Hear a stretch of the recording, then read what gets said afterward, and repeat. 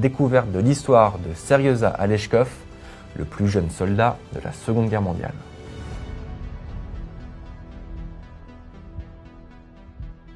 « 22 juin 1941, village de Green, à 250 km au sud-ouest de Moscou. Le paisible hameau, bâti au cœur des grandes forêts de l'ouest de la Russie, s'éveille tranquillement en ce début d'été. Dans l'une des maisons en bois qui parsèment la route de terre de Green, vivent les Aleshkov, une modeste famille de paysans. Le père, décédé avant la guerre, a laissé une veuve, Nastasia, et 4 enfants, Ivan, Andrei, Petia et Seryoza. Seryoza Aleshkov est le cadet de la fratrie. Âgé de 5 ans, le garçon est d'un naturel jovial et serviable. Les joues rondes, le regard rieur, il fait le bonheur de sa famille. Pour les Aleshkov, le fracas de la guerre semble bien lointain. Ils ignorent pourtant que ce matin, à 1000 km à l'ouest de là, la plus grande invasion terrestre de l'histoire vient de commencer. Dans la nuit, à 3h15 du matin, Adolf Hitler a lancé l'opération Barbarossa.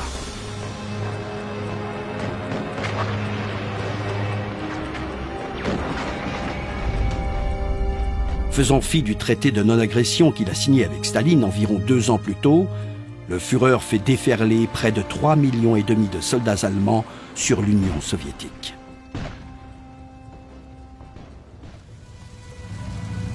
Staline est pris de court. Après avoir désorganisé l'armée rouge en éliminant une partie des officiers généraux lors des purges de 1937 et 1938, le chef d'État est resté sourd aux avertissements de ses espions. La débâcle est totale. Acculé, Staline réquisitionne tous les hommes en âge de se battre.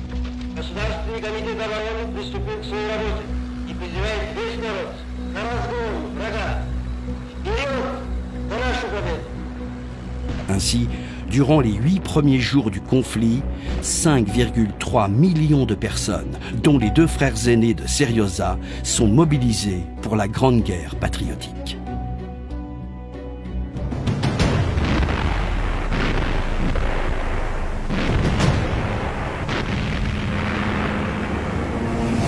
Mais cela ne suffit pas, car en quelques mois, les terribles Panzerdivisionen du Troisième Reich traversent les plaines de l'Est de la Pologne, de l'Ukraine, de la Biélorussie, puis fin 1941, s'approchent de Moscou. Sur leur passage, les Allemands font preuve d'un véritable déchaînement de violence. Un soldat allemand raconte « Il faut nettoyer chaque maison à la grenade. En 1 heure, le village s'est transformé en un océan de flammes. Nos soldats détruisent et tuent sans merci. » Des millions de soldats soviétiques sont encerclés et contraints à la reddition.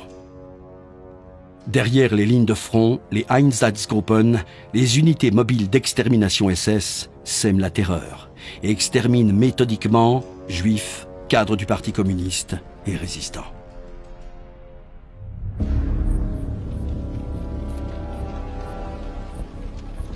À l'automne 1941, la région de Kalouga, où se trouve le petit village de Green, est occupée par les Allemands. Mais avant même que le front ne se stabilise à l'ouest de Moscou, le haut commandement de l'armée rouge forme des unités de combat clandestines derrière les lignes allemandes. Qu'il s'agisse de militaires, de membres du Parti communiste ou de simples villageois, ces résistants, appelés partisans, sont déterminés à continuer le combat contre l'envahisseur allemand. Ainsi, le hameau forestier de Green devient la base arrière d'un détachement de partisans. Les combattants qui se livrent à des actes de sabotage sont aidés par la population locale.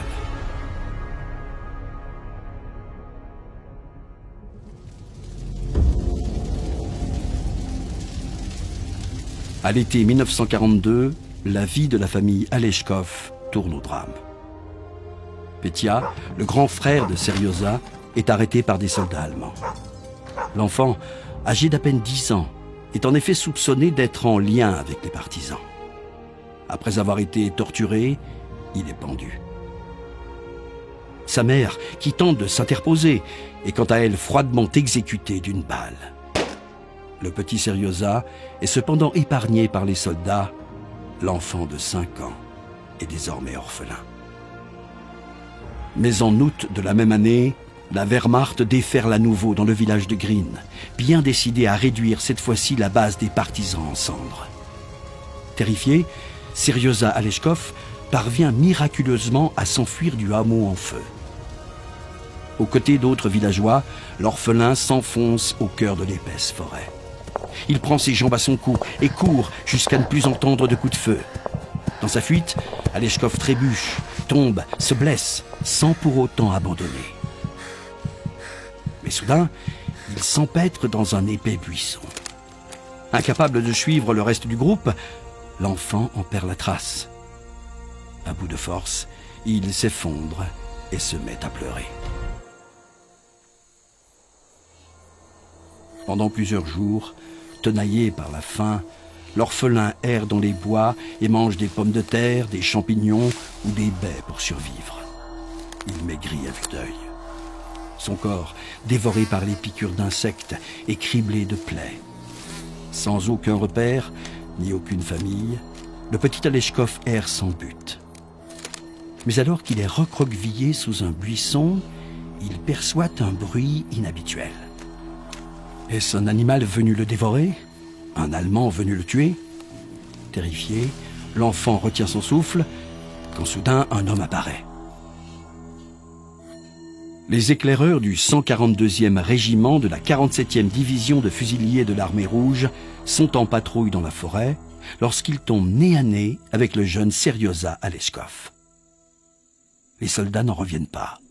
L'enfant qu'ils viennent de trouver n'a même pas 6 ans. Son visage est émacié et son corps est recouvert de blessures et de croûtes. Il est si maigre qu'il ne tient même plus debout sur ses jambes et si assoiffé que plus aucun son ne sort de sa bouche. Immédiatement, les éclaireurs enroulent le petit dans une couverture, lui donnent à boire et le conduisent en urgence dans leur quartier général afin de le présenter à leur supérieur, le commandant Mikhail Vorobiov. Le major se rappelle. « Les éclaireurs sont arrivés et m'ont dit « Camarade major, nous avons trouvé cet enfant allongé sous un buisson. » Je lui ai demandé alors comment il s'appelait. Il m'a répondu « Seryoza ». Je lui ai demandé où était sa mère. Il s'est mis à pleurer. Entre les mains des soldats de l'armée rouge, Seryoza Aleshkov est nourri et soigné. L'enfant, qui se remet rapidement sur pied, ne laisse personne indifférent. Son large sourire, sa jovialité, sa douceur et sa gentillesse touchent profondément les militaires. Vorobiov se prend d'affection pour le jeune orphelin et décide de le prendre sous son aile. Car il sait pertinemment que s'il envoie Aleshkov à l'orphelinat, l'enfant risque de mourir de faim.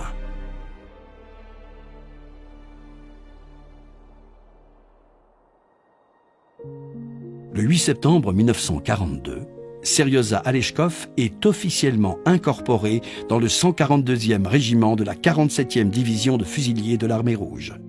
Il devient le fils du régiment et aussi le plus jeune soldat de la Seconde Guerre mondiale. Comme tout bon soldat qui se respecte, l'enfant se voit offrir un uniforme spécialement taillé pour lui. Il reçoit également de petites bottes en cuir, une ceinture et surtout une paire de jumelles qu'il ne quitte jamais. Du haut de ses 6 ans, Seryoza Aleshkov est bien décidé à servir sa nouvelle famille. Bien qu'il ait interdiction formelle d'aller au front, le fils du régiment sait se rendre utile. Il livre le courrier ou le journal aux soldats, apporte des munitions à ses camarades, lit des poèmes et chante même des chansons pour entretenir le moral des troupes. La bonne humeur, la vaillance et l'innocence de Seryoza Aleshkov rappellent aux soldats du régiment leurs propres enfants laissés derrière eux lorsqu'ils sont partis à la guerre.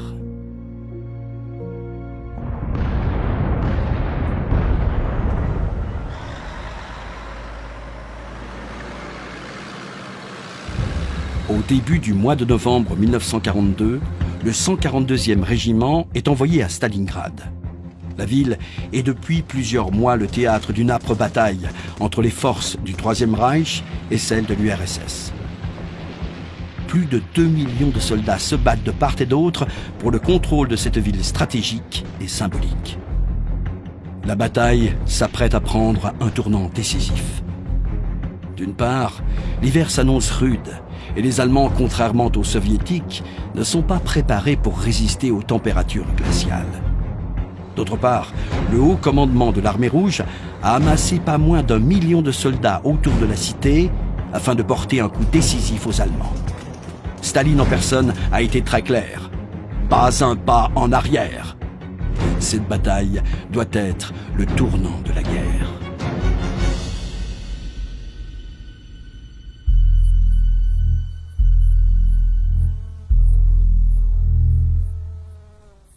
Le 7 novembre 1942, Aleshkov accompagne une patrouille dans les environs de Stalingrad.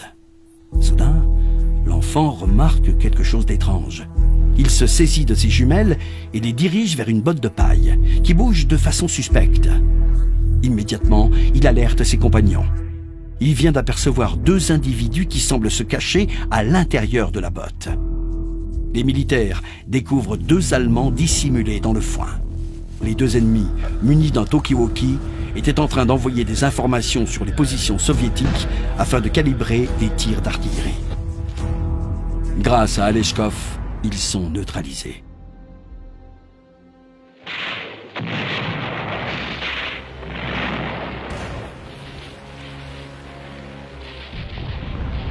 Alors que la bataille de Stalingrad fait rage, Aleshkov ne quitte jamais le commandant Vorobiov et le suit comme son ombre.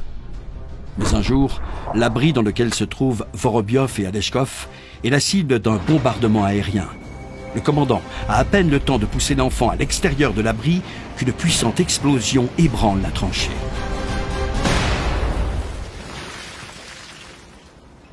L'édifice s'effondre et le major se retrouve enseveli sous les planches de bois et la terre. Paniqué, Aleshkov se rue vers l'abri et tente de déblayer les gravats. Mais ses petits bras manquent de force pour soulever la masse de débris. En larmes, Aleshkov pense qu'il va perdre son mentor. Mais dans un éclair de lucidité, l'enfant se ressaisit et se précipite pour trouver de l'aide. Faisant fi des bombes qui s'abattent autour de lui, il rejoint des sapeurs soviétiques. Ces derniers parviennent à extirper le major Vorobiov des décombres. Le commandant est sévèrement blessé, mais grâce au courage d'Aleshkov, il est bel et bien en vie. La bataille de Stalingrad, la plus sanglante de l'histoire, se termine après 6 mois de combats intenses. Près de 2 millions de soldats sont tués ou blessés, dont plus d'1 million de soviétiques. L'armée allemande, défaite sur le front de l'Est, recule. Le 142e régiment a participé à la victoire de la bataille. Et le petit Seryoza Aleshkov, quant à lui, a gagné un père. Car le commandant Vorobiov, qui n'a pas d'enfant, a décidé d'adopter Seryoza Aleshkov.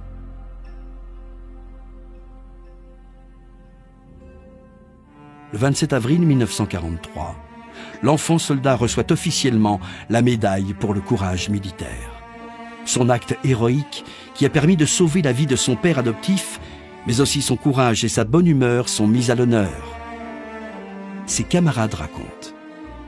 Avec sa gaieté et son amour pour l'uniforme et ceux qui l'entourent, il a inspiré courage et confiance dans la victoire lors des moments les plus difficiles.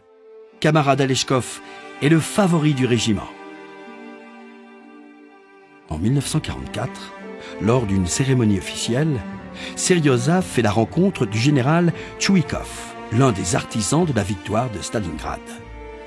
L'illustre militaire, qui a eu vent de la bravoure de l'orphelin, le félicite en personne et en signe de gratitude, lui offre son pistolet. Attendri par le jeune garçon, le militaire partage même une danse en sa compagnie. Mais le général estime qu'un enfant de 6 ans n'a rien à faire au front. Il décide donc de l'envoyer dans une école militaire. Ainsi, sur ordre du général Tchouikov, Seryoza Aleshkov commence sa scolarité à l'école militaire Souvorov de Toula, en Russie. Il y côtoie d'autres jeunes garçons aussi orphelins de guerre. Du haut de ses 7 ans, Aleshkov est le plus jeune élève de la prestigieuse institution. Bien qu'il soit désormais loin du combat, il ne manque rien des nouvelles du front. Dans une lettre qu'il envoie à son père adoptif, il raconte « Cher papa, j'étudie bien. Les professeurs sont contents. Vous me manquez vraiment. Il y a beaucoup d'enfants d'officiers comme moi ici. Certains papas ont succombé au front. Nous sommes amis les uns avec les autres. Nous lisons vos lettres tous ensemble, à voix haute, et nous attendons toujours avec impatience des nouvelles du front. Parlez-moi de vos dernières batailles. Salutations de mes camarades. »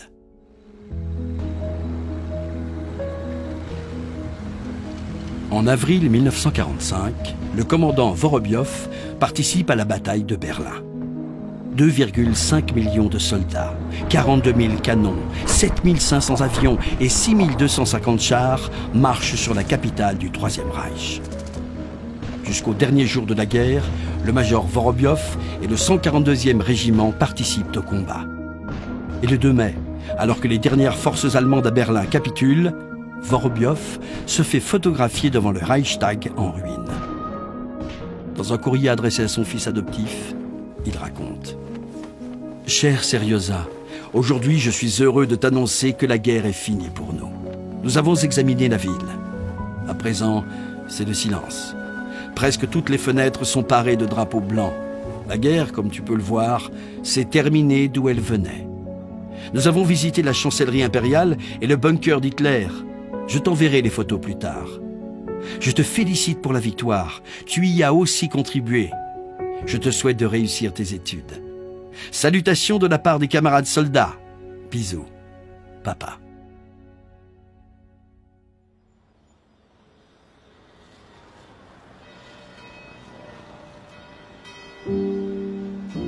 Après la guerre, Aleshkov poursuit ses études à l'école militaire Souvorov de Toula.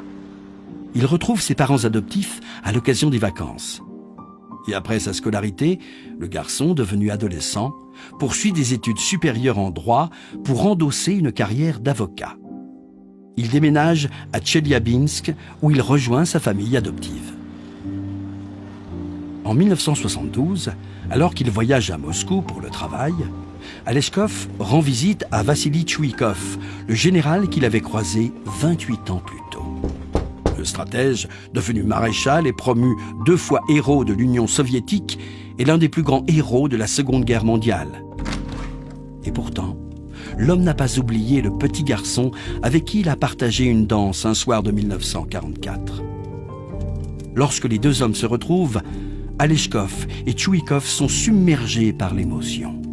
Les deux camarades s'enlacent.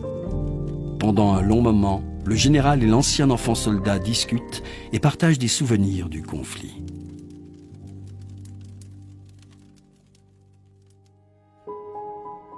Mais les affres de la guerre ont laissé des traces et la santé de Seryoza Aleshkov est vacillante. Enfant, il voulait imiter ses camarades et est devenu un fumeur invétéré. Et le 1er février 1990, alors qu'il attend le bus pour se rendre au travail, Seryoza Aleshkov meurt subitement d'un arrêt cardiaque à l'âge de 54 ans.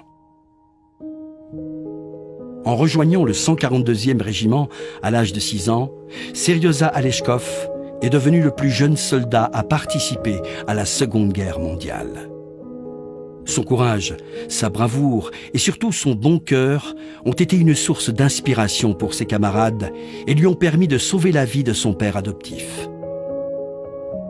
Orphelin à l'agonie, recueilli par l'armée rouge, Seryoza Aleshkov est parvenu, au plus fort de la Seconde Guerre mondiale, à se bâtir un nouveau destin. Son plus grand accomplissement n'est pas d'avoir participé malgré lui au conflit, mais bien d'être parvenu à retrouver un père, une mère, 2 frères et une sœur, une famille. Ко мне в землянку принесли узелок завязанный. Положили на стол. И разведчики доложили: товарищ майор, вот мы нашли ребенка под кустом, лежал. Когда развернули его, я увидел, что действительно маленький ребенок, на вид было ему 5 лет, но только у него светились глаза. тело совершенно все у него было исцарапано в коростах. Видно, что он долгое время был уже где-то в лесу. Первым вопросом я ему задал: как тебя звать? Он ответил: Сережа. Фамилия Олешков. И второй вопрос я задал: где твоя мама? Ну, здесь он заплакал. Я понял, что не надо было этого вопроса задавать. И нам было его очень жаль. Мы его подлечили, он у нас несколько дней поправлялся, и он очень привязался ко мне почему-то и к майору Воробьеву. Но он как-то сразу начал меня называть папой. Но я ему задал вопрос: как же, я говорю, мы будем с тобой жить, у нас же нет матери. Ну, он здесь выход нашел, понимаешь, что, мол, мама у нас будет. Я вот знаю старшину Нину, вот она и будет нашей мамой.